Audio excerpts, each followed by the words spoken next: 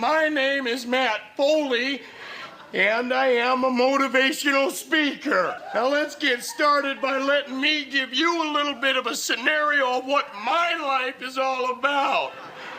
First off, I am 35 years old, I am divorced, and I live in a van down by the river.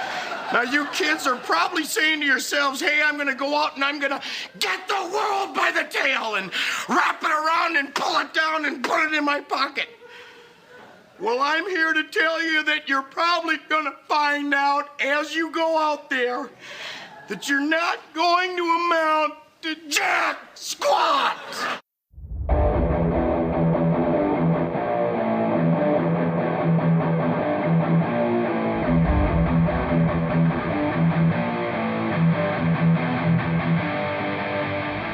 Hey everyone, welcome to episode 86 of Formidable Opponents, a show that pits three people who have known each other virtually their entire lives in a series of conversations as we argue what is best in a variety of fun, engaging, and critical pop culture topics we all debate about. I'm Randall, and with me as always, Bob and Joseph, and this week, we're remembering Chris Farley.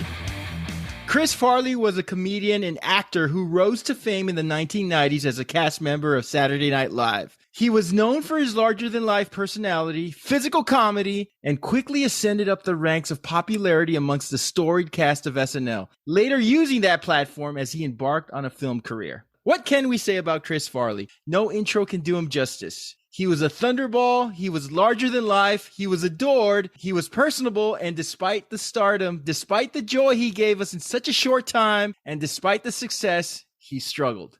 Yes, we will talk about his addictions and the tragedy and how we as fans felt losing someone who left us wanting more. Despite all this, Farley was loved and forever will be. He left us saddened by his exit, but he left us inspired and forever missing him.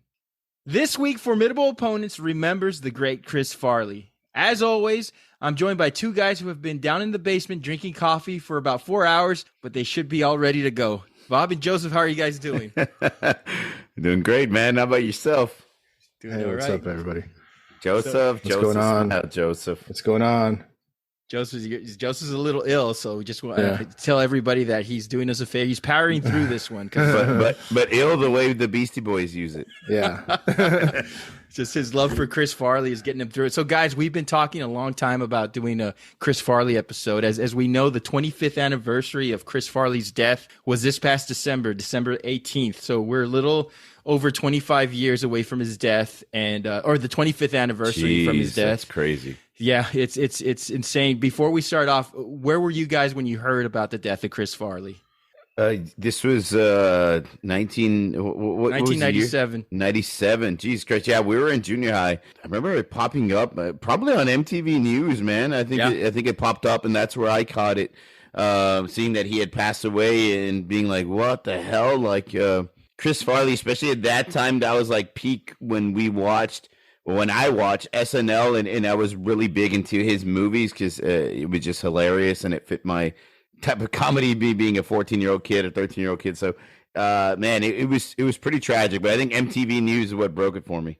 I probably heard it from word of mouth from somebody who heard it. I don't. Yeah. We weren't really doing the text messages back then. I don't think so. Maybe we were. I didn't start till we were college, and it cost us money. Yeah, 7th, 8th grade. Yeah, I can't remember specifically, but I just remember being sad, and then when you heard about the the circumstances surrounding it, it just made shit even worse. To be honest with you, it's a Chris Farley episode, so you can't ignore that part, right? The circumstances around it. But I think I probably just heard it from word of mouth and just thinking like, well, that fucking sucks, and it was a real big shock, real big shock. I mean, because it was like you mentioned, it was somebody that we really admired, really appreciated, and just out of nowhere. And then, like you said, I think I want to say it coincided with a MTV Movie Awards, or there was something that went on at the time. And because I remember some of the guests of that show had, shouted out Chris Farley. And this was pre-internet, 1990, or the infancy of the internet, I should say. So there was no social media, there was no TMZ, there was no, we didn't have cell phones yet, or at least they weren't, as ubiquitous as they are now. Just finding out about Farley, it was a shock when you read about his history. We're going to talk about his history, and we're going to talk about, his struggles. We'll get to that at the end because we're also here to celebrate him and how he made us laugh. It wouldn't have been a surprise if we had known what was going on at the time. But since we were so young and, like I said, the internet was in its infancy, we were shocked because he was so young. You don't know how young 33 is until you're past 33. And that's just such a young age to lose your life. Let's talk about the good things to start off, because yes, we are going to touch upon the drug abuse and the addictions and all the other things that Chris Farley endured during his short but storied life. Bob and Joseph, when I say the name Chris Farley, what are the first memories you conjure up? What do you first think about? Live in a van down by the river. That's exactly what I think about, man. That's the first thing that pops into my mind. Matt Foley, a motivational speaker. That quote, that line, I mean, it's just burned into my memory. So when I hear Chris Farley, that's the first thing, him lifting up his pants and, sweating profusely and that specific skit, dude, I can't get out of my head. I think I was introduced to the movies first. Now, I correct me if I'm wrong. He did at least, how many movies did he do while he was on SNL? Was it just Black Sheep and Tommy Boy? Well, just Tommy Boy. Black Sheep came out after he was fired by SNL because Lorne Michaels did produce Black Sheep, but that was post SNL. And so, yeah, go ahead. So which one? It was Tommy Boy. It was just Tommy Boy. Okay, I think SNL. Yeah, it's that time period of SNL. You can call it the golden age of SNL, whatever you want. That's probably the SNL that I was introduced to. But I want to say that I was introduced to it probably because of Chris Farley doing Tommy Boy. And to me, when you the name Chris Farley, I think about his movie first, and then it actually leading me to what he did on SNL and the just hilarious things that he did on SNL. And it's because, and then to me, like I said, I think it's because of his movies, and that's probably where I got first introduced to him. I think of probably seeing Tommy Boy first, Tommy Boy, and being introduced to that. And thinking it was just this hilarious, the fucking hilarious movie that it is. I can take it if you can. Yeah, and then being able to go back and look at, like I said, just all the skits on SNL. Probably got me into the show. Let's just say that. And Joseph, yes, Tommy Boy was his first starring role, but before that, he had minor roles in The Coneheads, which I think he was the only good part of the movie. That's true. Airheads and Wayne's World 1 and 2. But Tommy Boy was his first starring vehicle. So he had some movies under his belt during the SNL days, but Tommy Boy was, I think, 94. So I think it was his second to the last season on SNL. But for me, I mean, I think of Chris Farley as someone who gave me some of the best TV moments in my life. He was a tragic figure who never really had the opportunity to have these interstitial moments where we got to see the holistic capacity of his talents. We think of so many comedians who got to showcase their talents on a variety of levels. Adam Sandler, Mike Myers, Will Ferrell, Jim Carrey, Robin Williams. But I think of the entirety of Chris Farley's short career, and we really only knew him for 7 years. And I think what we saw was a blip of what could have been. I mean, it's a story of laughter and comedic inspiration, but it's also such a tragic tale. And we're left wondering what Chris Farley could have been. And I think of the question for this episode is what Chris Farley could have been. And I think that question for this episode is as important as answering what Chris Farley was, because what he could have been was he could have been a huge star. And we saw the impetus of it. We saw what he was capable of. And that's what makes this so tragic. Can you recall the first time you guys saw him on SNL? Well, there was the two skits, dude. It was the Matt Foley and then the Chippendale skit with Patrick Swayze. I mean, that, fourth episode. That was one of them that it was just so fucking hilarious. And looking back, and I was actually watching the videos today, the old skits today. Like, you just completely stop paying attention to Patrick Swayze, and you're just like hooked on Farley and his dance moves and his facial expressions and his, oh man, he steals the fucking show. I mean, and Patrick Swayze was such like a major superstar at that point in time, and like this handsome dude dancing and all ripped and everything, but you can't take your eyes off of this young Chris Farley who's like just stealing the fucking show. It was pretty amazing. I think he did. He stole the goddamn show. Oh, I love, yeah, as funny as it is, I love like at the end too when he's like when they're telling him like no that they're picking can't remember Patrick Swayze's character's name. Adrian. It was Barney and Adrian. Great names, by the way. But they're telling him all the reasons why, and he's like he's cool with it. He's cool with it, but then all of a sudden he just like starts like kind of moving it and flexing. like are you sure? Are you sure? No. We made a decision. Oh, okay, all right. That part's funny. Yeah, dude. I'm sorry. I just want to throw back real quick. Like like I said, I'm 100% sure I was introduced to him. Not 100% sure. Let's say 90% sure. I seen him 92%. Seen him as a security guard in Wayne's World, who later got a name in part 2.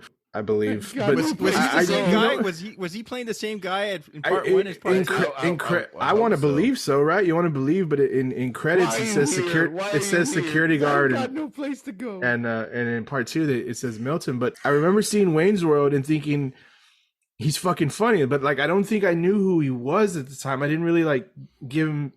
I'm pretty sure I didn't realize that was Chris Farley. Like that was him in a small minor role. I just remember the security guard being real funny, like on his way up through Chicago, on his way to New York, and doing all this shit. And then Wayne making the throwing the comment like he was pretty knowledgeable for a security guard, wasn't it? Well, like, didn't he do that? I hate my father, hate my life, but I feel great, man. I'm gonna go pick a fight. Yeah, that was part 2. Yeah. And they gave him a name. They call him Milton there, and you figure it's the same character. But yeah, I think to be honest with you, I think I didn't know who he was in Wayne's World. Like I'm pretty sure like it was. That's like I said. I was introduced to him as a person. Like, hey, this is fucking Chris Farley through Tommy Boy, and then like I said, going back and seeing the SNL stuff. I just think of Wayne's World 2 where he's getting hit with a tennis ball, trying to get the microphone, or was that?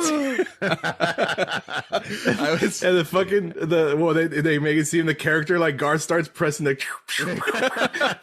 pressing the fucking thing quicker and quicker, like an asshole. The first time I saw him, I remember the exact skit. So there was a Weekend Update where Victoria Jackson was playing Roseanne and Chris Farley was playing Tom Arnold. And this was a time when Tom and Roseanne would show a lot of PDA. So there was a lot of humor in this skit. And this was a Weekend Update. And Farley gets on top of Victoria Jackson. You could see his butt crack. So they cut back to Dennis Miller, who was hosting Weekend Update at the time. He breaks the fourth wall and he asks the audience, "Did I just see the new guy's ass?" I like how you had the accent and everything. Fucking Dennis Miller's little cha-cha. Yeah, it's got a weird one. Guys, what made Chris Farley stand out? Why is he considered our generation's John Belushi? What made him stand out to you?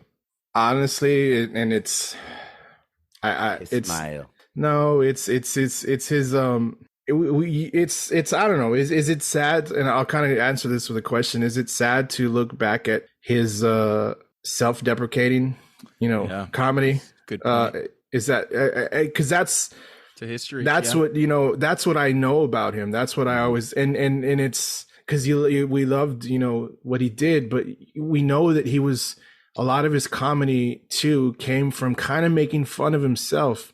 Yeah. And that's it's a tough question. I don't want to say that's why, what makes him stand out. If anything, it's, his loud, outlandish characters, his performances for those. But I think you can't help but notice, like, he what was that? He made that he used to make that joke, fatty fall down. Yeah. Go boom. Yeah. So people laugh. Yeah. So there's that too. But I think it's more, the characters, like I said, the over the top characters and the over the top performances. And even the ones like when he had his own Chris Farley show skit where he was kind of like, the nervous little, like, remember that time? Is it true? The love you take is equal to the love you make. Remember when you were in the Beatles? That was awesome. Yeah. Fucking Paul McCartney. So, great skit. I think it's sad, but it's also, like I said, that's that other part. What do you think, Bob? I think I'll piggyback on that. I think that what made him so great was that he went all out in every skit that he had. You know what I mean? He was willing to go that extra mile and be outlandish and be over the top loud and to fall on tables and to, do cartwheels and, just be that crazy character. And not only that, he had this crazy ability to make all the other SNL cast members break. Yeah. He had that great ability to make them crack and make them smile and make them laugh. And like they couldn't help it. He was the funniest dude in the room, and like he knew it, and he did whatever he could to make the other cast members break. Like I know one he did where he was playing Adam Sandler's wife, where Adam said like, "Kill me now, Lord," or whatever. "Give me cancer now, Lord." Zagat's, where he's talking about like a steak restaurant. He like grabs Adam Sandler's leg, and Adam Sandler like jumps and twitches and starts smiling. Like so fucking I think that he had that great ability to do that. So I think his over the top, and specifically to Sandler, like you mentioned, Bob, he would specifically do that to Sandler, like the Pepper Boy skit. That was, which he was, you know that, right? He wasn't supposed to do that. Yeah, you know the history. You know the history behind the Pepper Boy skit, right? So Dana Carvey came back to host SNL, and Chris Farley had more lines in the Pepper Boy skit, but it got cut for time. So they just had him say, "You just have to say thank you, Pepper Boy. That's the perfect amount of pepper," and that's all he had to say. But Chris Farley was pissed that all his lines got cut out, and he only had that small dialogue. So he asked the costume people, "Get me the most obnoxious beard in the wardrobe department," and he puts on this beard, and he goes on, "Thank you, Pepper Boy." Completely breaks Adam Sandler. That's so fucking hilarious, man. And Dana Carvey talks about it. You can hear Dana Carvey under his breath say, "I don't want to break," because Adam Sandler is about to laugh. He had to look away because Farley was so, hilarious. I love that he did that. That he was like, "You motherfuckers, I'm gonna fuck with you."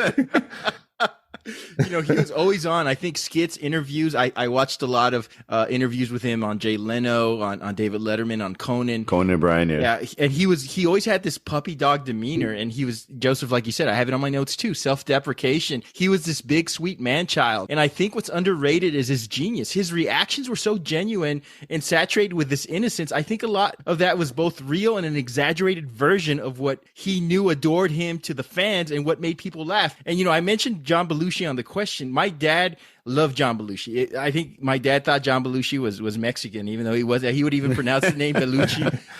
He would, but Belushi and seeing his movies, he was always about business, and the stage was his playground. I know Chris Farley idolized John Belushi. He would even wear his pants under his costume, and but Belushi didn't fuck around, and he didn't seem very endearing. I think Chris lived and died like Belushi at the same age. They both died at 33. Both died of the same cause: speedballs, heroin mixed with cocaine, that's stimulant and depressant.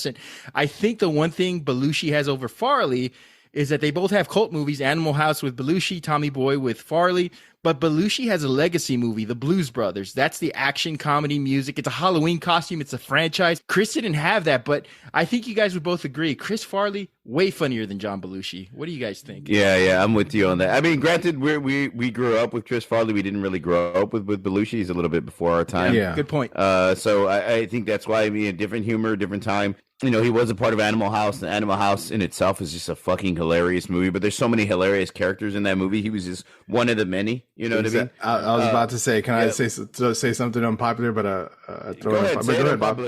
No, I ain't shit. Watch. No. I honestly think Animal House is so like. It's a cult classic. It's so well known. Everybody knows Belushi's character from that movie. I don't think Belushi's very fucking funny in that movie at all, to be honest with you. I find Belushi funny in other things. I find his SNL skits funny. Yeah, I find him. Skit was hilarious. I find his other shit that he's done, but I don't see John Belushi as this fucking cult figure that they make him out to be for Animal House. I really don't. Like Bob just said right now, there's so many other fucking hilarious performances in that movie. And I honestly think John Belushi's kind of just pushed down on that. But he's so well known for that fucking movie. And I don't think he deserves so much credit. This is just for that movie. I'm just saying, like, I know people probably might want to get, I don't know. Does that piss you off, Randy? I mean, flounder. Why flounder? Why not? Whatever the best. Yeah, it's like two good love. I think that was the most underrated. And you're flounder, and they're like, "Why flounder? Why not?" I think one of the best line. Go ahead, Joseph. Well, I was gonna say I mean, funny. There's a few funny there's a few funny things. I think one of the funniest things he did was grabbing the guitar and smashing it. What about when he gave that speech? Did we give up when the Germans bombed Pearl Harbor? Wasn't it the Japanese? Leave him alone. He's on the roll. Yeah, I think that he's a funny character, but there's a lot of funny characters. He didn't steal the show, but he's funny in that movie. Exactly, he didn't steal the show. He stole the show in every scene. But Belushi gets a lot of credit for that movie, and I don't see it. But Belushi is very funny. He was very funny on SNL. I've seen him in other things too, and he's funny. I just don't think the whole. When you mention the name Animal House, people think Belushi, and I just don't think that's when you mention any movie that Chris Farley's done, you immediately think Chris Farley. You don't think about the other characters in the movie. It's Chris Farley. We do have a section of this podcast where we talk about Chris Farley's movies, and I do have a maybe not so popular opinion that's coming up. But before we get to that, guys, I want to ask you this. Losing Chris so early and seeing some of the personal and professional decisions that were made by him, we knew he had better in him. Do his last few years and how he lost his life, does that affect his legacy? No, I don't think so, man. I think it's a tragic story, dude. It's a tragic story of a great dude. He seemed like a great human being. Came from that just got caught up in everything like they do, man. I mean, Hollywood and fame is just such a tragic thing. I mean, look at people like Cobain. We lost him 3 years before that. John Candy, Heath Ledger. These actors and these. I mean, especially like comedians. A lot of them come. I mean, Robin Williams. They come from this place of like. There's a darkness that they have to get themselves out of, and a lot of times they use comedy to do that. So it's tough, and it's hard to be the big time in Hollywood and this big time actor, big time comedian, and when you yourself have demons and have to put on a show, a persona every time you're out in public. So I mean, these guys have it rough. It's a tragic story. I don't think it tarnishes his legacy. I would have loved to, like you mentioned, to know like what could have been. Because I know there was a lot more to him and his acting that we probably would have seen in the future, but it's just a tragic story. I don't think it tarnishes anything at all. What it is just the way it happened and the way we read about it it's sad. It's a terrible, sad ending to I still think what I still believe was a flourishing career. I believe his last starring role was Almost Heroes, and that's one of my I love Almost Heroes. I know people, a lot of people kind of pass over it, but I think Almost Heroes is one of the funniest movies ever, and I think him and Matthew Perry work well with each other. Did you know that he was going to be the voice of Shrek? Yeah. You can see that video on YouTube. There's on YouTube still. It's such a crazy thing to me that was like the next step in his career, and oh man, that would have been so crazy. That would have been. I think he would have done it justice. Not saying that Mike Myers didn't do that, but man, he would have been great at that character. He had 95% of the voice done, and his brother, I can't remember his younger. I think John. They asked him if he wanted to complete the 5%, but he was so hurt by his brother's death. Like when we watch Toy Story, like Woody, Tom Hanks's brother does all the voice for Woody, like for the video games, for the commercials, for the shorts. That's not Tom Hanks. That's his brother. He has a brother? He has a brother who looks and sounds just like him. And so I think Chris's younger brother, John Farley, he was in an MTV show that boy band show. He played the older guy. That was Kevin Farley. Kevin, I'm sorry. Yes, Kevin Farley. And he played the older brother. The older brother, yeah. And so they had asked him if he because he sounds just like Chris. And they kind of looks like him too. Yeah, he looks like him. And they asked him if he wanted to complete. He's hurt by it. I've listened to the Shrek. Chris Farley doing the readings. Mike Myers brought something different to it. Chris Farley played it straight. I don't know if it would have been as big, but who knows? I mean, maybe they would have done another dub. They would have had him acting more outlandishly. But I mean, Shrek would have been a legacy. That legacy we were talking about that Belushi had and Farley didn't. It probably could have been with the Shrek movies.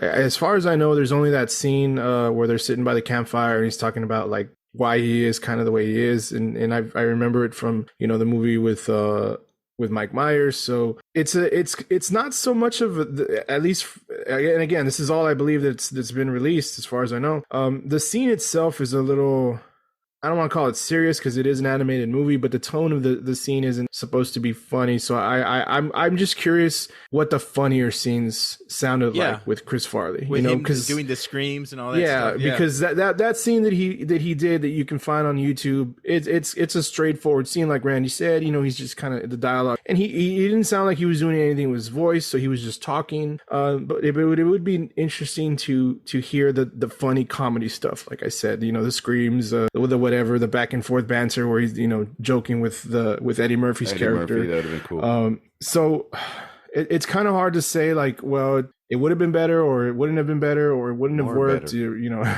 it's kind of hard to say it too, especially since there's so many goddamn Shrek movies, and we've seen Mike Myers is the only person to play that character. But it is sad that, like, who knows what that would have been. Like, I think Bob just said it right now. Who knows what kind of step that would have been for him in his career? Yeah. Would he have slowed it down a little bit? His partying, like, you don't know, because it was. I mean, none of his movies were necessarily kids movies, but this is a kid's fucking animated movie, so it's you just wonder what would have happened.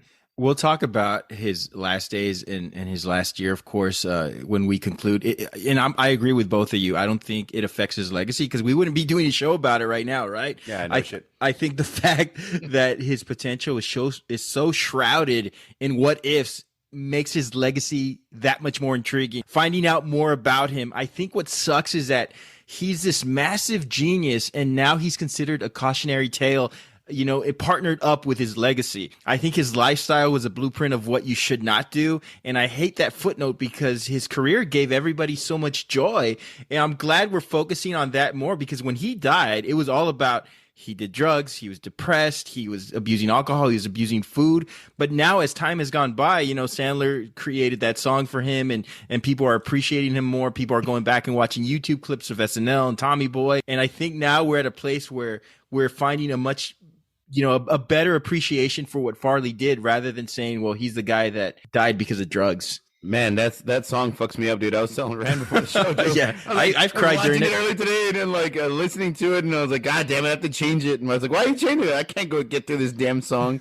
It's such a sad song for Farley, but that's pretty badass. Such a great song for a Sandler to write about it, his buddy.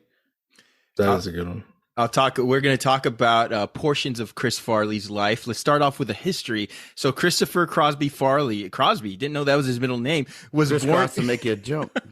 He was born on February 15th, 1964 in Madison, Wisconsin, into a large conservative Irish Catholic Midwest family. His father, Thomas Farley, owned an oil company, the aptly named Scotch Oil. For Thomas, he was an old school businessman who conducted a lot of his meetings over whiskey and porterhouse steaks. His mother was a homemaker, and Chris was the middle child of 5 children, 4 brothers and a sister.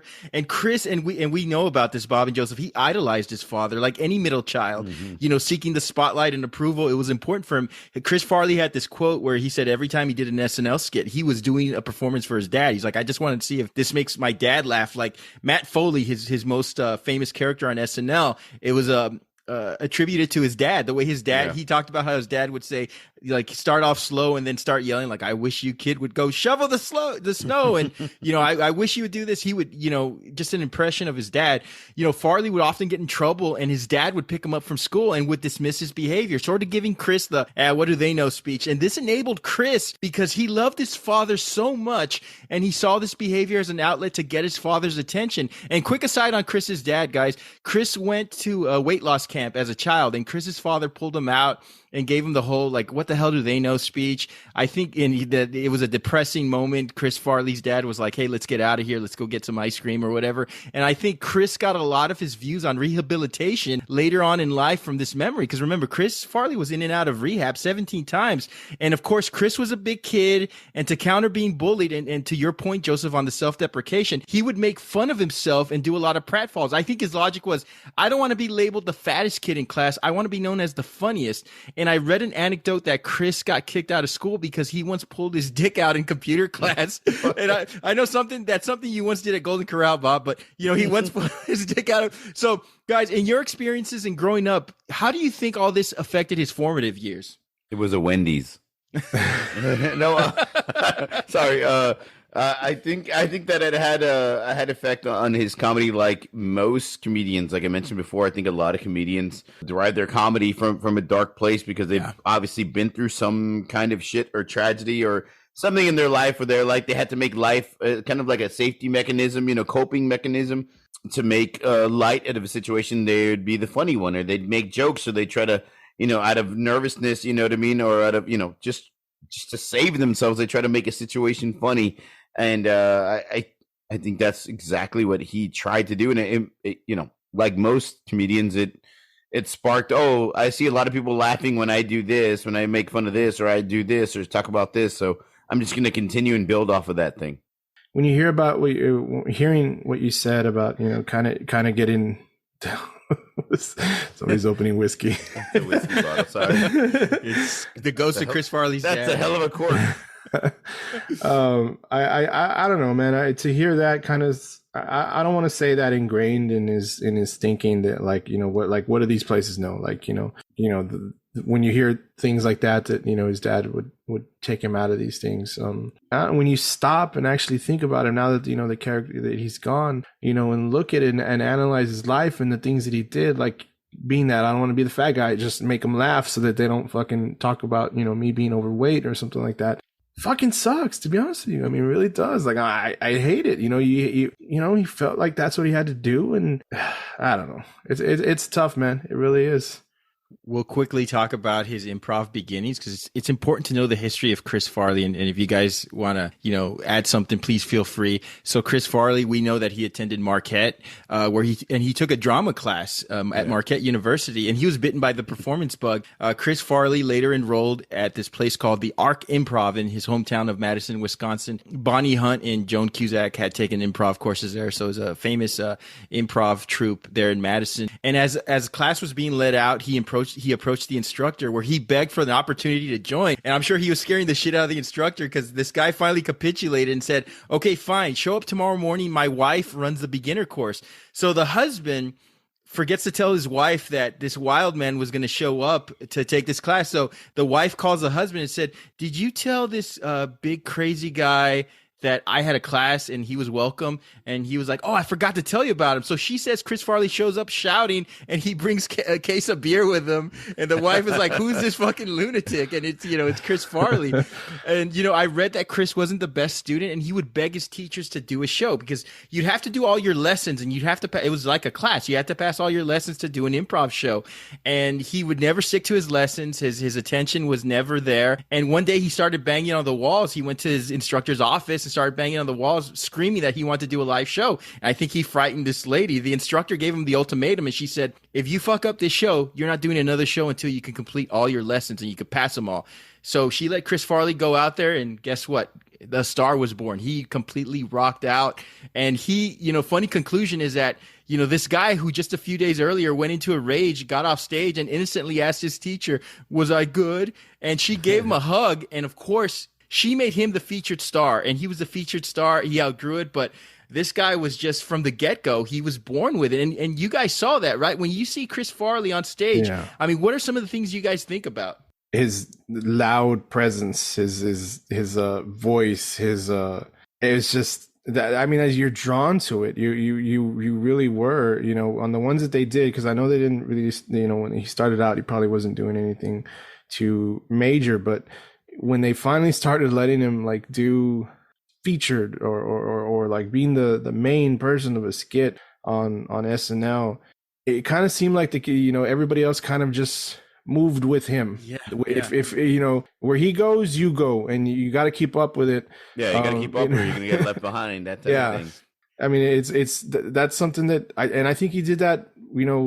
Anywhere he went, like you were kind of just drawn to him, even if it was just out and about. And you hear about these, you kind of read about these parties nowadays, and when they talk about things and get-togethers that they would have, and it always seems like everybody was gravitating to him wherever he was, whatever he was doing, because he was going to be doing something. Felt like he needed to, like is it more going back to like just like I have to be on all the time. I have to be funny. I have to make everybody laugh around me. I have to make everybody feel good because those insecurities, it kind of you just kind of gravitate to him. Yeah. Bob, do you think he could have, if Jimmy Fallon was on SNL during the time Chris Farley was Jimmy on? Fallon would have been fired because the fucking guy would have stopped laughing, dude. He would have been done. I don't think he wouldn't have been able to hang. Yeah, he wouldn't have been able to hang with that type of shit. He'd be the laughing dude in the corner that he'd be kicked out of skits. Yeah. If Horatio Sands could not, if you can't get through a skit with him, there's no way you could get through a skit with Chris Farley. Shit. Chris Farley's head and shoulders above him. Chris Farley went on to Second City, a very in famous Chicago, dude. Yeah, Chicago. So he left Arc Improv and made the move up to the Farm League that was Second City. And the alumni, these are some very impressive alumni: John Candy, Michael Myers, Stephen Colbert, Catherine O'Hara, Gilda Radner, Amy Poehler, Dan Aykroyd, John Belushi, Steve Carell. I'm sorry, and on and on. Carell.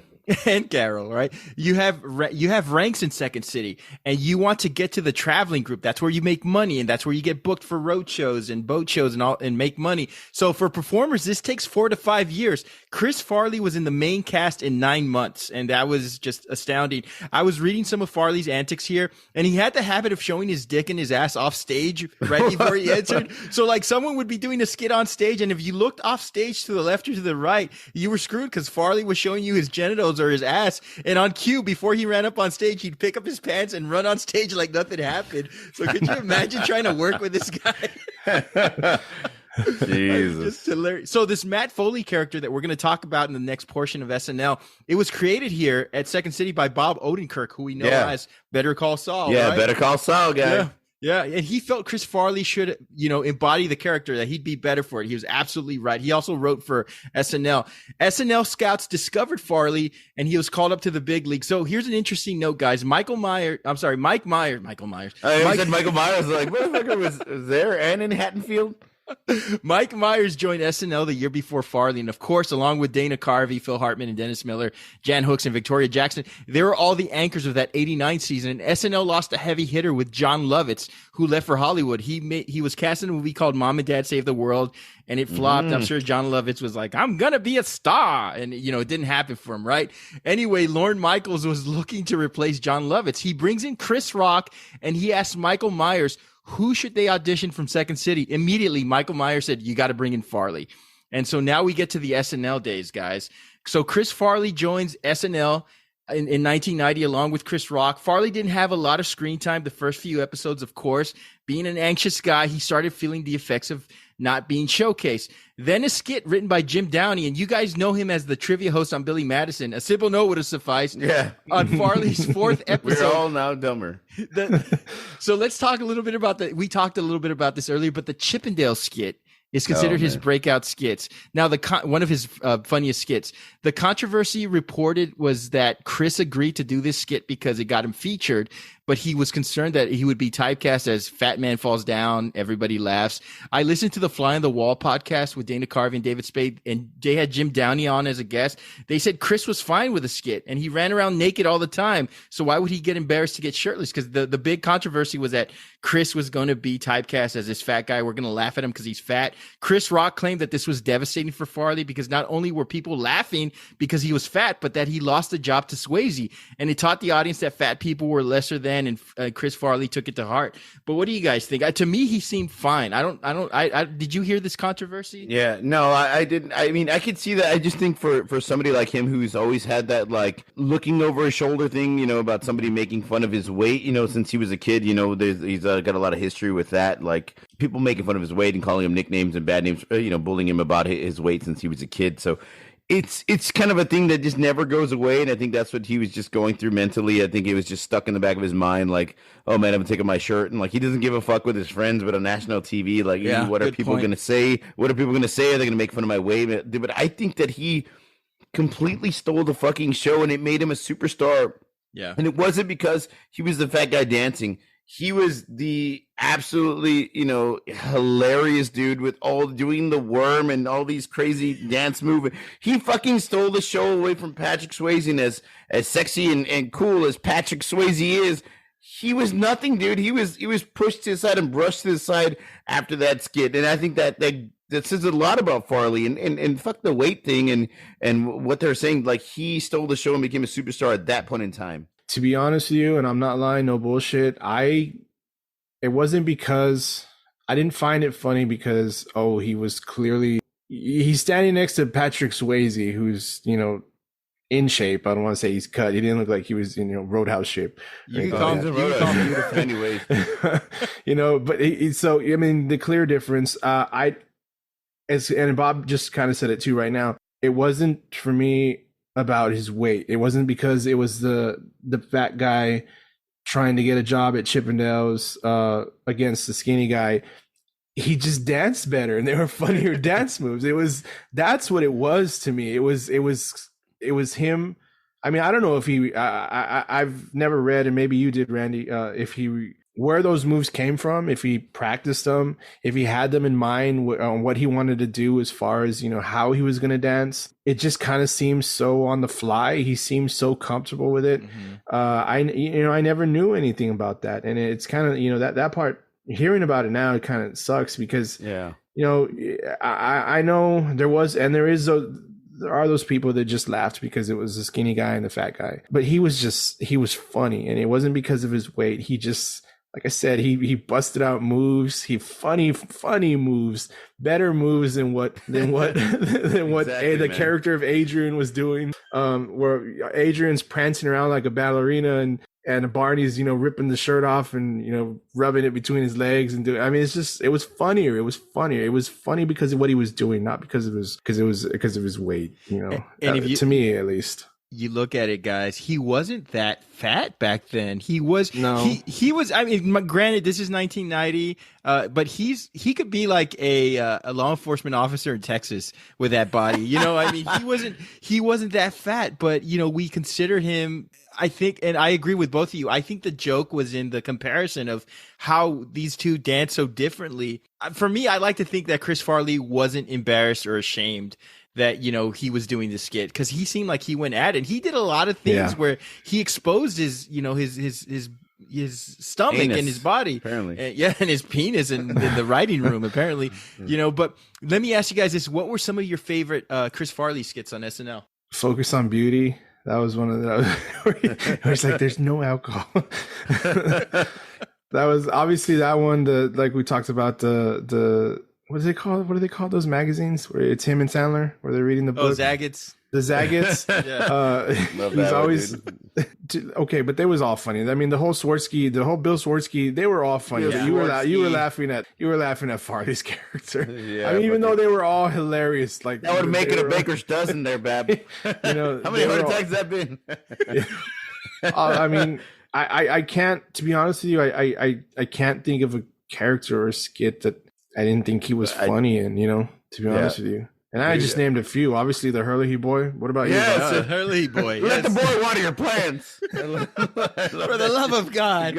I think listeners go back to the early days of our Instagram page. I think I posted a picture of Sandler and Chris Farley from the Hurley Boy skit, and I think I put a caption about like, we just listen to their damn pod, please, or some shit. I don't know. I think it's just like posted one today about that same skit I was watching today. I think it's like one of the first couple of posts we've ever done on our Instagram page. Bob, I'm sorry, I interrupted you. Some of yours. No, go for it, dude. You have to mention the hidden camera coffee skit. Oh yeah, the caffeinated crystals. you low down son of a bitch. He gets all pissed off because they switch his car. He's throwing pies and they're hitting him with like beer bottles and shit, and he won't go down. How do you feel? Angry. I love that. That was one of the funniest skits. The Hurley Boy, the Bears.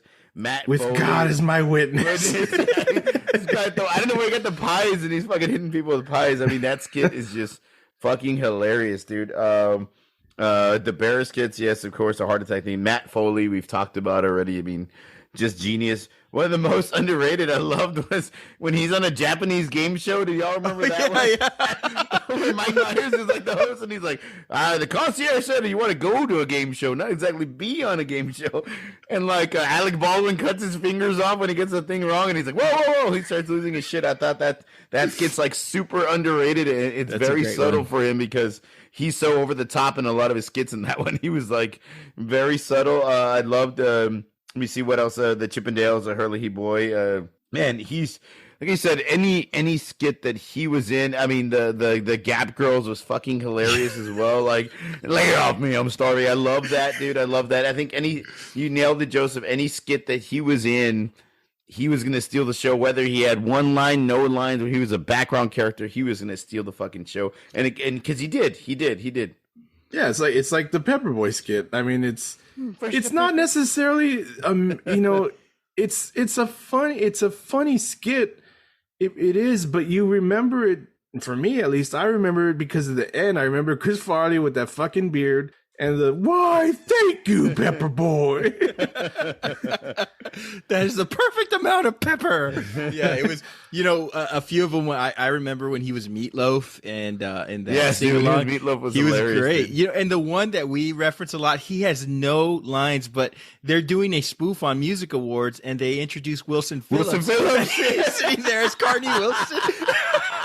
That's just the best. Thank God that you brought that up because I had in my notes and I didn't mention it. Holy shit, that's one of the funny Wilson Phillips. And then hold on for one more day. He's there holding hands. Oh my God, dude. Fucking the roasting of Carney that Wilson. Was Matt Foley, of course. That's the one. And writers loved Chris Farley because if you wrote him into a skit, odds are it will make it to air. He was their golden boy. He didn't write anything. He had people write for him.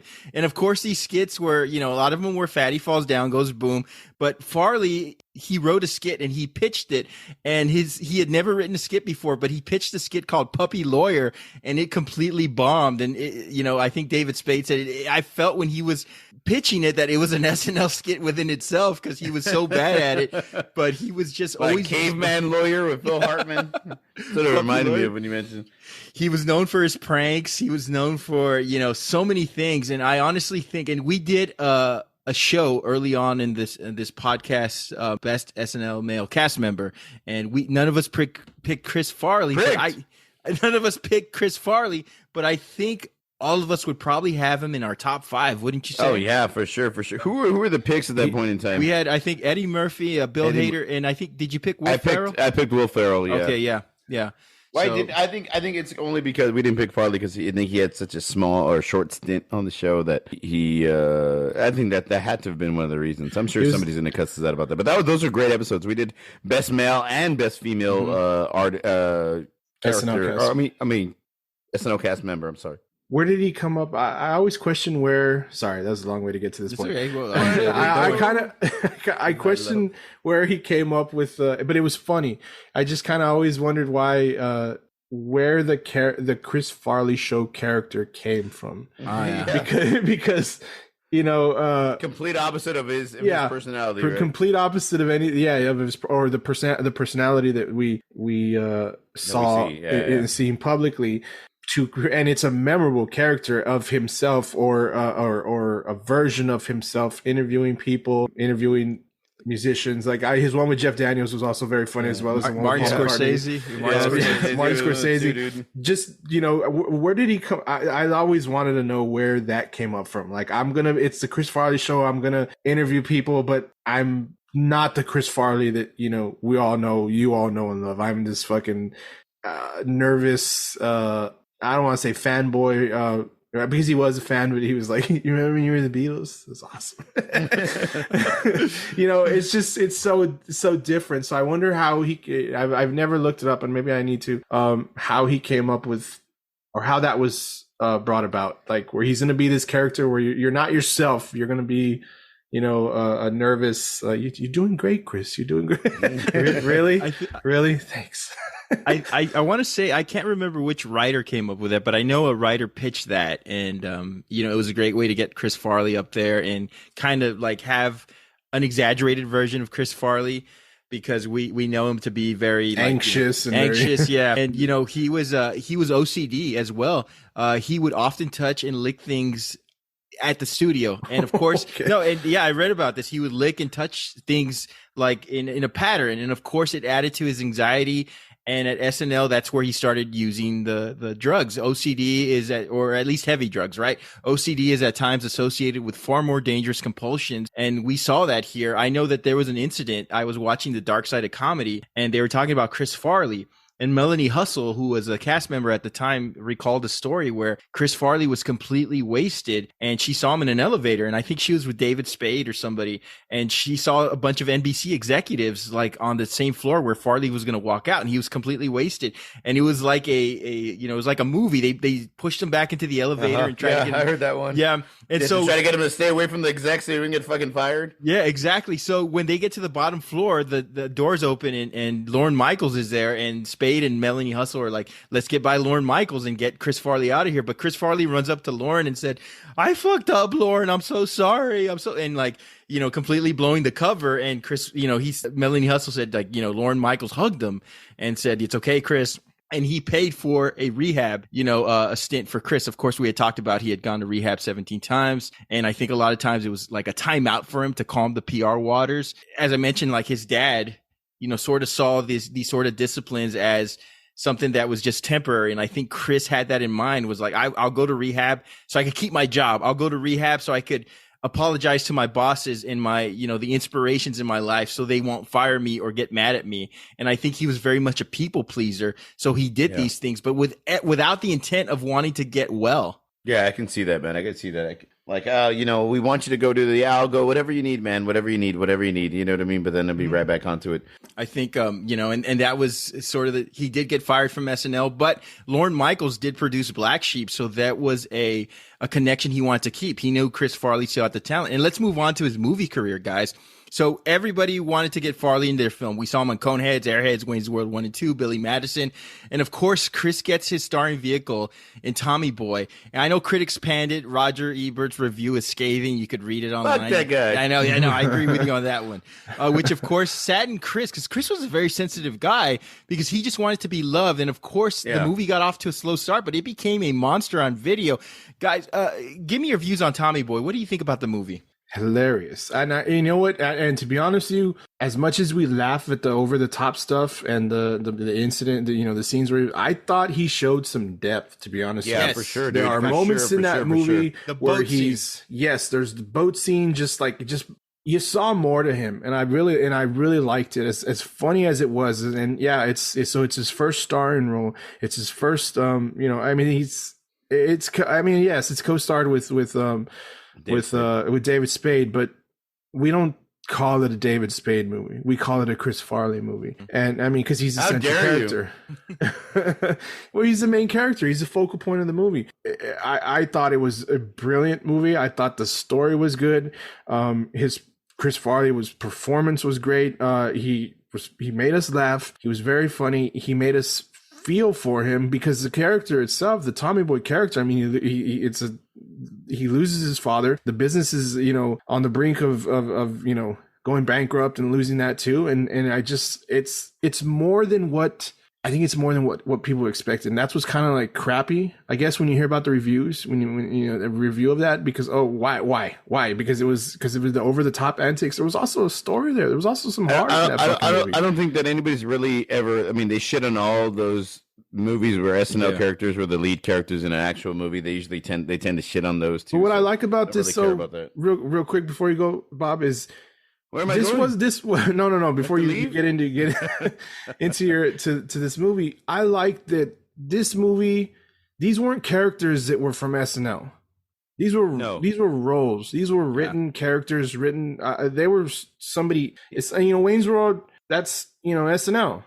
It's a movie. The Ladies Man. The Ladies Man. That's an SNL character. A lot of these, movies. Even what's that movie with Molly Shannon, Superstar? Mary Catherine Gallagher. These are movies that are taken from characters that were on SNL. None of that happened with Chris Farley. These were new, genuine characters that had some heart to them. To be honest with you, Bob, I'm sorry. I agree with you 1,000,000%. Dude. I think Tommy Boy was a very, very, very good movie. Now, in contrast, Black Sheep I thought was very funny, but it's a bad movie. Like I think that it's like, let's just take these two characters and give them the same kind of personality and let's throw them in this movie, and it just didn't work out. Put them out on the road again. Yeah, put them out on the road, and it's very similar premise, and I don't think that it worked out. It didn't work for them as well. I didn't. Black Sheep, like if you tell me like Tommy Boy's on, I will definitely watch it. Black Sheep's on, probably won't. You know what I mean? It's not my cup of tea. Not saying that it's terrible because I think that Chris Farley's very funny in it, but it's the same character. It feels like it's the same character from like, and that's what's crazy is when he did Beverly Hills Ninja, completely different character. He's way more outlandish and fucking funny in that one. My favorite character of his out of all the movies, I mean, granted, he showed a lot of heart and, you know, well-rounded character in Tommy Boy, was the bus driver and Billy Madison, dude, was his funniest fucking character. The angry asshole bus driver, you know, the pervert, you know, he and her got it on. No, they didn't. Then him, like, fucking around with a penguin at the one point in time, and the penguin's just, like, rubbing his shit, and he's, like, making eyes. Like, I thought that was hilarious, dude. He's over the top. Almost Heroes, dumb movie, but ultra funny. Perry and Farley's character blended together. I thought that was great, dude. Really, the only one I didn't really care for was Black Sheep. I know, Randy, you probably agree with that. What do you think about Black Sheep? 100%, Bob, because it's funny because you talked about Billy Madison, and every time I think about Chris Farley, I always think about him holding back Adam Sandler so he could look up the teacher's dress. Veronica Vaughn. It's a great piece of ace. Yes. You are correct when he's doing takes off his shirt when he's doing the study. That'd be so great. So the boat scene, Joseph, in Tommy Boy that you talked about is where he talks to his dad and says goodbye. Oh, great fucking scene. Brought a lot of attention to producers and filmmakers. It was that raw emotion, and people saw a side of Chris they never knew. And it was a quick 30-second scene, but he was offered the lead role in Cable Guy, which went to Jim Carrey, and in Kingpin, which I think it was Randy Quaid's role, I think. But he had those opportunities. He had to turn them down because he was contractually obligated to do another film for the studio.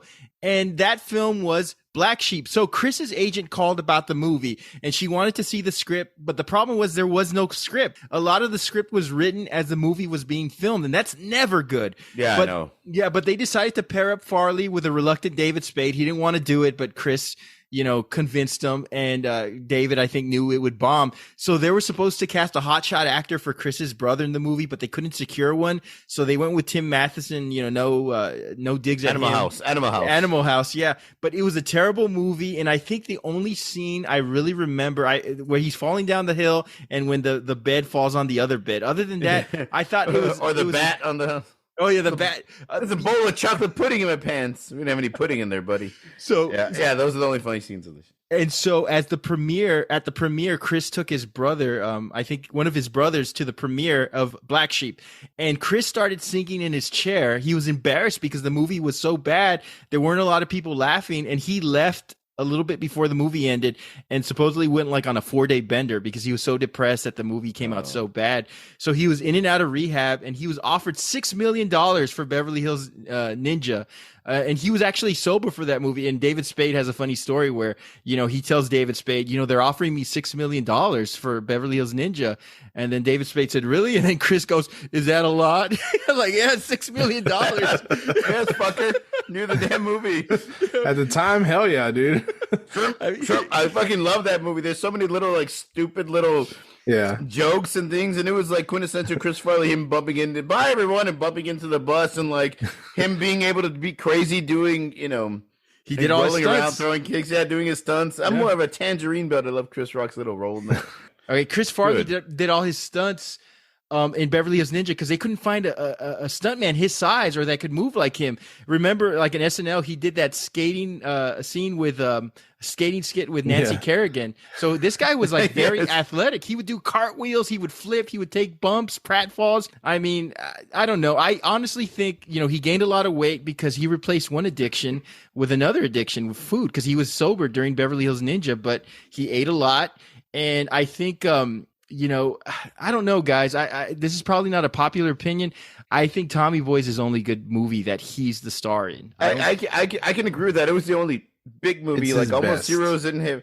It was his best one. Like Almost Heroes, Black Sheep, Beverly Hills Ninja. They're all kind of like, you know. And he only has the 4 movies. Those 4 movies. 5. I'm sorry. No, 4. I'm sorry. 4. He came out in Dirty Work with remember the orbit off his nose. Yeah, but he wasn't the main no, character. He wasn't the main character. Norman. But yeah, I think that of those movies, they're all kind of like dumb comedies. But I think that Tommy Boy really, he was the most rounded. Was his most rounded character.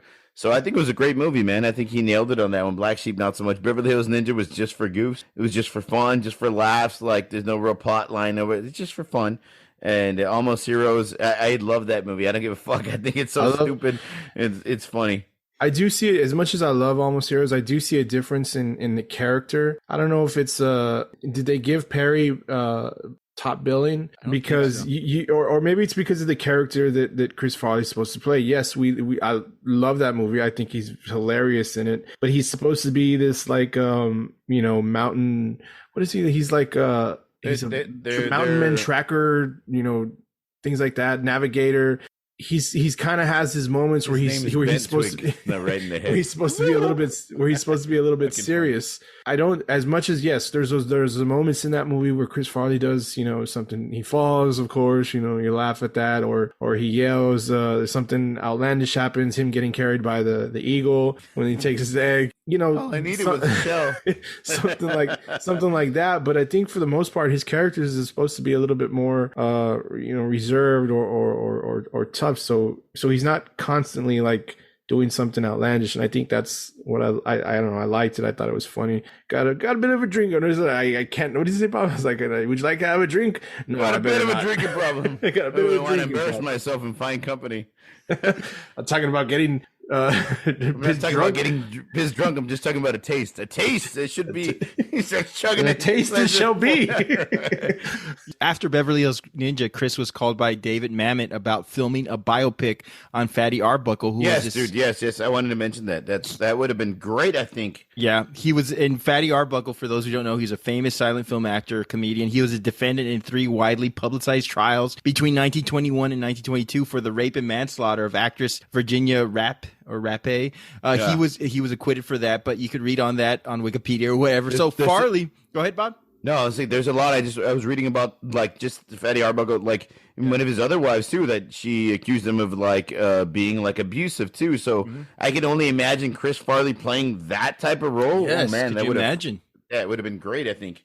So Chris Farley was excited because he was no longer going to be Fatty falls down, goes boom. This was going to be a serious and challenging role. I had heard a story when David Mamet called him that he started crying, like, this is my breakout role. Nobody's going to see me as the fat, funny guy anymore. However, Mamet's condition was that Farley stay clean and sober for 2 years. So Chris broke down crying because he didn't think he could do it. So this caused him to fall into a deeper depression. He was eating more, using more drugs. Chris just didn't have that discipline, man. And producers and directors and all these people have so much money invested in a product, in a film, that you can't trust somebody with those addictions unless they're clean. And that was their contingency. Chris just couldn't follow up with it, man. Yeah, it's really heartbreaking to hear because, you finally get your big break, or what Chris Farley assumed how he felt that this was going to be his big break into like serious roles. And they're like, there's only one condition, you have to do this. And he can't do that because he's, so far down the rabbit hole. It's difficult to climb back up. So it's really tragic. And I know, of course, he didn't get to do the role because soon after, tragically overdosed and passed away. So it's just, it really sucks, man. So guys, do you all remember his final appearances? I saw a skit on all that with Keenan of all people, because Keenan, of course, probably worked with every SNL person since Bill Murray. Chris Farley also hosted Saturday Night Live about 2 months before he passed away. He looked overweight. His voice was shot. He was, out of breath. He had an oxygen mask off stage. Will Ferrell commented that it didn't feel right. But do you remember that last SNL hosting appearance? Vaguely, to be honest with you. I don't think there's a lot of clips. I don't think you find a lot of those. El Nino is the only one. Yeah, I mean, really, that's all you remember from it. I heard about the all that thing. I never saw that. I didn't even know he did that. To be honest with you, it's a good skit. But I don't know, man. It's and I kind of don't want to watch it. Like I really don't want to because of the way they describe it, and I don't know, man. There was a Jay Leno appearance that he made in January. It was right after the Packers beat the Patriots for the Super Bowl, and he's a Wisconsin kid, and he's so hyped up, and you look at his nose and you could see like some dried blood under his nose. It's So obviously he was using, and it's just so sad to be a heroin user. And we'll talk about his addictions now. He battled a lot of things. I mean, drug and alcohol addiction, food, anxiety, depression. Prozac was found in his system on the autopsy. He was OCD, I think at the time of his death, he was 296 pounds. He was only 5'8". That's a body mass index of 44.9%. He was so obsessive that he would always order two of everything at a restaurant, 2 bags of chips or 2 bowls of chips, 2 margaritas. And I think his addictions is what, we remember a part of it as. And, he had those 17 stints in rehab. He had done LSD, cocaine. He was snorting heroin. He had all these all-night benders. And guys, because we know people who have been drug abusers. And if they don't want help, you can't give them help. And it was such a tragic thing. And what did you guys think about, when you heard about Chris Farley's addictions and what he put himself through? I think you nailed it earlier. Like you said, this wasn't the day of social media. So if you weren't reading the tabloids or whatever, you didn't really know, especially us. Like we were still in junior high and high school. We were naive of the situation. So to see Chris Farley from SNL and Tommy Boy and Beverly Hills Ninja and Almost Heroes, like these funny movies, like just get caught that way or die that way. And they mention all the drugs that he was on and how he overdosed and his last moments with the prostitute and her leaving him there and him begging her not to leave. And he stayed in that position on the floor and died. It's just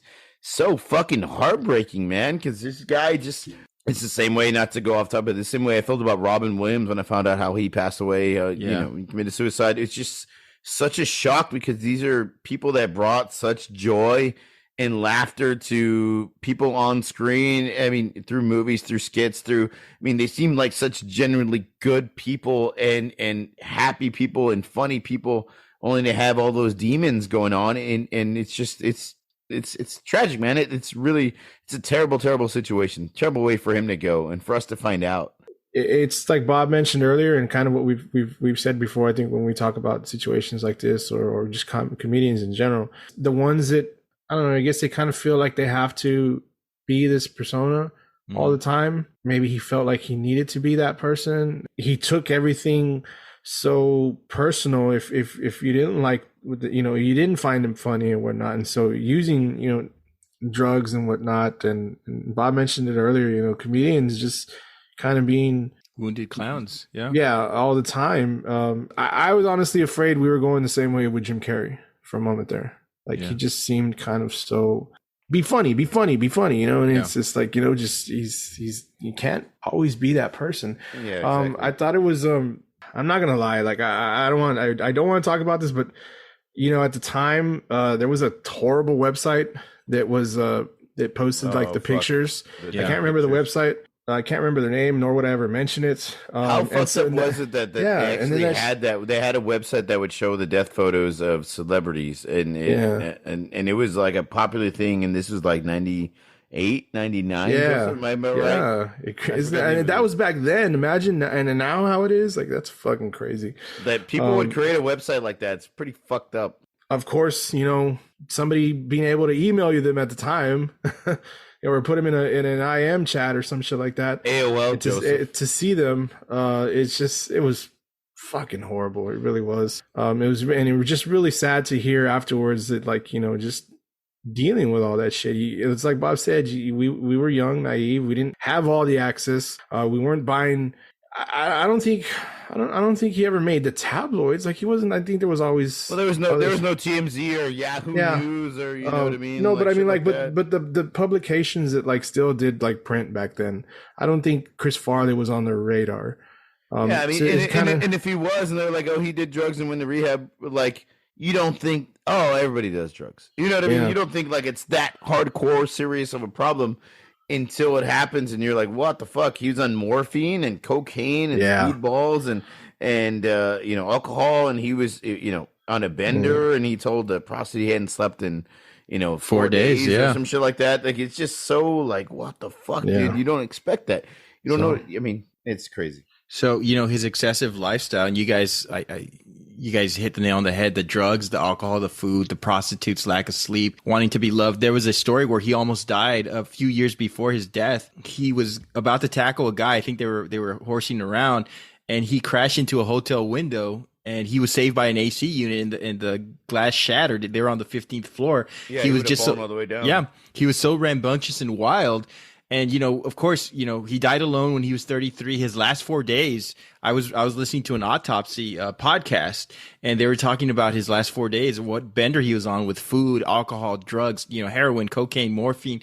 And his buddy, Tim O'Malley, has Chris's last voicemails on his answering machine, and they played the voicemails, and Chris sounded very sad. He sounded very desperate, lonely, and hurt. And you listen to this, you're like, man, those are like Chris Farley's last words to one of his best friends. And people said that the first hour partying with Chris Farley was the best hour of their lives. The second hour was pretty cool. The third hour was hell. So once Chris got going, man, I don't think a lot of people wanted to be around him. He spent his last day with a call girl or a dancer, exotic dancer, Heidi Hauser, and he was doing a ridiculous amount of drugs. As she was leaving, he shouted, "Don't leave me." He fell, and he went to sleep, and he never got up. And that photograph was actually taken by her because she fucking sold it to a pet tabloid, the fucking bitch. She lied, and well, I don't know, but she said that, oh, I was going to share this photo with him when he got up, and said, hey, wasn't it funny when you fell and hurt yourself? But this guy was foaming at the mouth from the edema that was filling his lungs, and he had the blood around the forehead and the eyes. I mean, he was he was dying in front of her eyes, and nothing happened. His brother discovered him. I think, it's sad the way he left us. But to wrap up, guys, let's talk about his legacy. You know, a guy who wanted to be loved, and I think he kept struggling with his image. I don't think he felt he could lose weight because that was his calling card, being the fat, funny guy. I think it couldn't be further from the truth, but that's what I think his perception was. He had a lot of attractive girlfriends. That bikini girl by the pool and Tommy Boy was his girlfriend.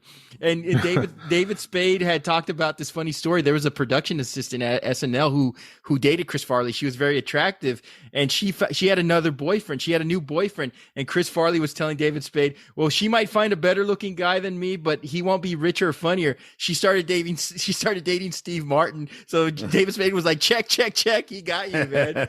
So I mean, but I think he was more than fat. He falls down. I think he was a generational talent. He had an aggressive stage presence. During his SNL skit, like we mentioned, he was just so mercurial, spontaneous, and he was so effortlessly funny. I wish he knew how much he was loved by our generation.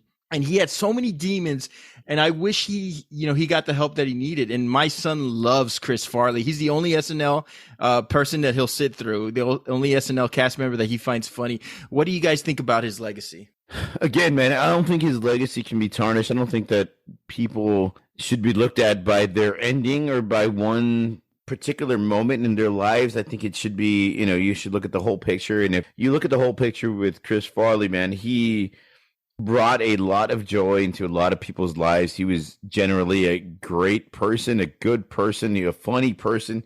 All he wanted to do was make his dad proud, and he wanted to make people laugh. And I think that that's a great way, I guess, to live your life. You just want to be the funny guy, man. You want to make people smile. You want to make people laugh. And, there's a lot of worse ways people can be and act in their lives. And this guy was just such a genuine dude. You hear interviews with Adam Sandler and David Spade and all the ex-members, man. They absolutely adored him and loved him. And they're like, of course they worried about him, and of course they said, like, dude, you need to get your shit together, because they didn't want to lose him. Nobody wanted to lose him. I saw like videos and photos of his funeral, all the celebrities and cast members and people that went. I mean, there was a ton of people there that absolutely adored him, especially his family and his dad, and that were heartbroken over him, and they're still talking about him this day. We're still talking about him to this day. So I think his legacy will be somebody like Williams, like Kurt Cobain, like Heath Ledger, somebody that's just gone too soon, somebody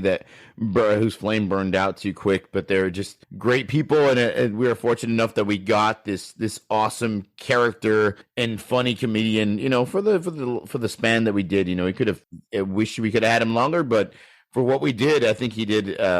He definitely left the mark. Well put, Joseph. The legacy of the films and the performances, and just from what we always hear, aside from addiction and dealing with, his own personal demons was that he was always, like I think you all mentioned, just a generally good person to his friends, to his family, of course. And I think that outweighs any kind of like cautionary tale that people might, try to throw out, what not to do. There's a lot of what not to do's in life. And certainly Chris Farley isn't the only one. So you can throw all that out the door and just remember the great performances. I can still watch all those movies and laugh, even though some might be better than the others, and enjoy old SNL skits. I think back in the days, was it Bob? Yeah, Bob. We had a couple of best of SNL DVDs, and we watched the Chris Farley one like more times than not. Oh yeah, and, for sure. And we could always watch that. We never got tired of watching it. I don't know if he had enablers. I don't know if it was all okay. I'm sure there's that, but I wish there was more voices in his head telling him, like, dude, like how I kind of described him earlier. You're funny, and it's not because you're fat. It's not because, like I said, that Chippendale skit, I laughed so much just because of his fucking dancing moves and because of his demeanor. It was never about him being the overweight person compared to the skinny person. I wish he had more of that in his life. He was just funny, and it's nice to hear all the stories about his friends and former cast members. I think Sandler has said on multiple times that he showed clips to his daughters about, I don't know if he calls him your Uncle Chris, but it's just, I think you can, and like you do it, Randy. You show your son clips. I think you can do that. It's great. His legacy will live on. We'll have. It was years. There was that I Am Chris Farley documentary, I think, that came out. Yeah. It was a great documentary. By the way, it came out in 2015. It's kind of crazy how long it took for something like that. We'll have something else. And there's a biopic. Yeah, that'd be interesting. Dude. It's got to be. And if it does, I hope it's treated. I hope the right people get behind that. People like Sandler, his friends, like to make it not a money grab, but a legit, like, learn who this person was, learn who my friend was, and whatnot. And I think that would work. That would be successful, and I would go see that most definitely, as long as it's done right. David Spade, I listened to the Fly on the Wall podcast, and they talk a lot about Farley, Carvey and Spade. And, David Spade said, we all try to help him. It was exhausting. And he started hanging around with, these enablers, these drug dealers, and Chris wasn't the same guy. And I think that's an important message, that we do talk about addiction. We do talk about the drug abuse, and that wasn't Chris Farley. Chris Farley was the guy we all saw and loved. What happened to him over the course of his last few years, or when he started using heavily, it changed him. And we've all seen it with family members. We've seen it with friends. They're not the same people when they're under those demons and those vices. David Spade talked about how Chris Farley, after a while, they were away from each other for a while. They weren't really talking. They were estranged.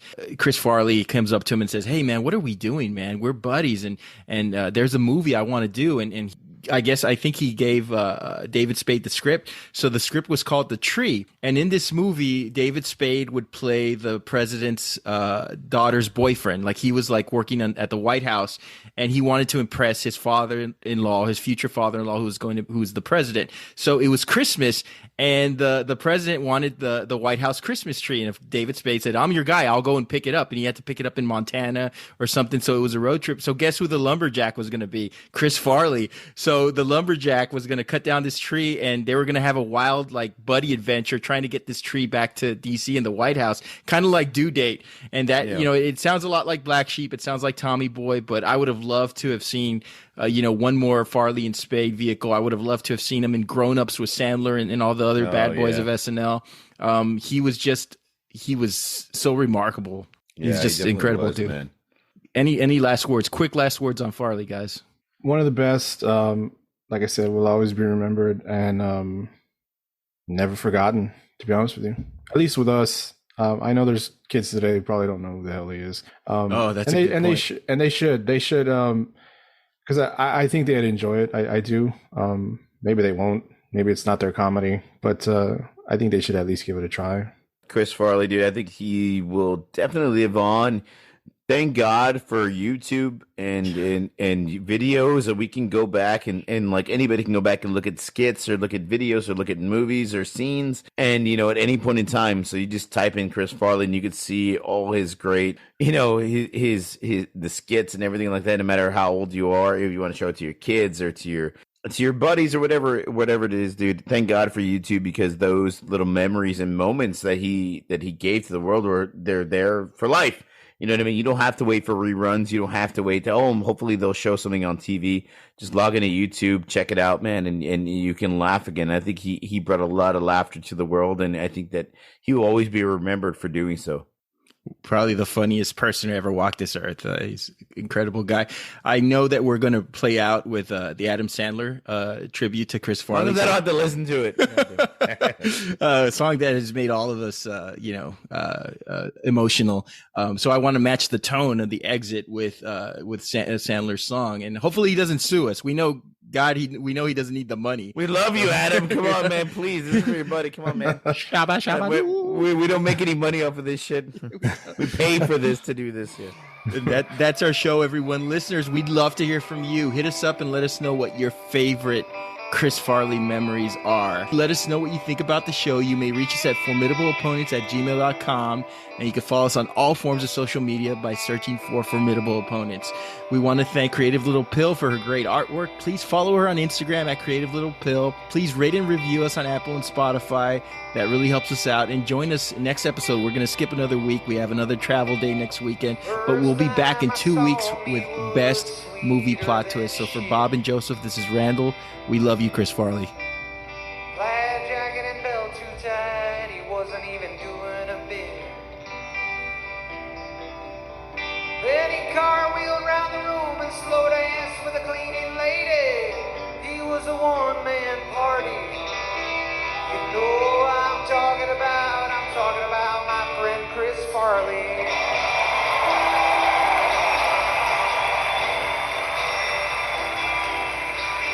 On Saturday night, my man would always deliver. Whether he was the bumblebee girl or living in a van down by the river. He loved the Bears and did the dance at Chippendales with Swayze. When they replaced his coffee with Folgers, he went fucking crazy. The sexiest Gap girl and me loaf in the bed. Without him there'd be no lunch lady, lunch lady,